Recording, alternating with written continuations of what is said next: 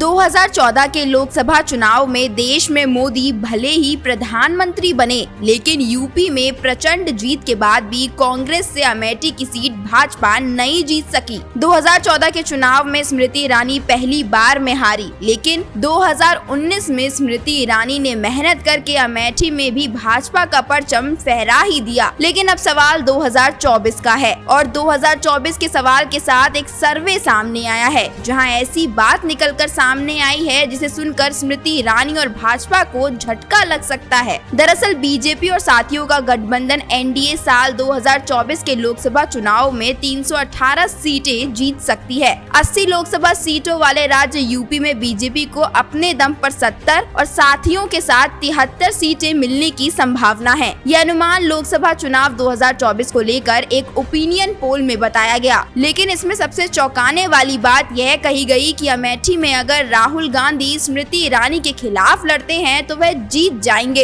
UP में BJP और सहयोगियों को 80 में से 73 सीटें मिलने की बात कही गई। कांग्रेस को केवल 2 सीटें मिलेंगी और ये दोनों सीटों भी अवध क्षेत्र की हैं। इन्हीं में से एक अमेठी की है, लेकिन अमेठी में ये बीजेपी के हाथ से निकलकर कांग्रेस के पास तभी जाएगी जब यहाँ से राहुल चुनाव मैदान में खड़े होते हैं। सर्वे में कहा गया है कि यूपी के नतीजों पर केंद्र की मोदी सरकार और यूपी की योगी आदित्यनाथ सरकार की परफॉर्मेंस का मिला जुला असर दिखाई देगा। यूपी में बीजेपी को 52% वोट मिलने की संभावना है, कांग्रेस का वोट 4% रहने की संभावना है, बीएसपी को 12 और सपा को 23% वोट मिलने की बात सर्वे में कही जा रही है। हालांकि अमेठी में अभी यह सवाल उठ रहा है कि भाजपा की स्मृति ईरानी के मुकाबले कांग्रेस का उम्मीदवार कौन होगा। लेकिन यह बात तो बिल्कुल साफ है कि गांधी परिवार का कोई भी सदस्य यदि चुनाव लड़ता है तो यहाँ मुकाबला बेहद रोचक होगा। राहुल गांधी प्रियंका गांधी के चुनाव लड़ने की स्थिति में राजनीतिक समीकरण काफी जटिल होंगे। भाजपा से स्मृति ईरानी लगातार सक्रिय है। वैसे क्या आपको भी लगता है कि अमेठी में अगर राहुल गांधी स्मृति ईरानी के खिलाफ लड़ते हैं तो वे जीत जाएंगे? अपनी राय हमें कमेंट करके जरूर बताएं। देश दुनिया की तमाम खबरों को जानने के लिए जुड़े रहें न्यू इंडिया हेडलाइंस के साथ।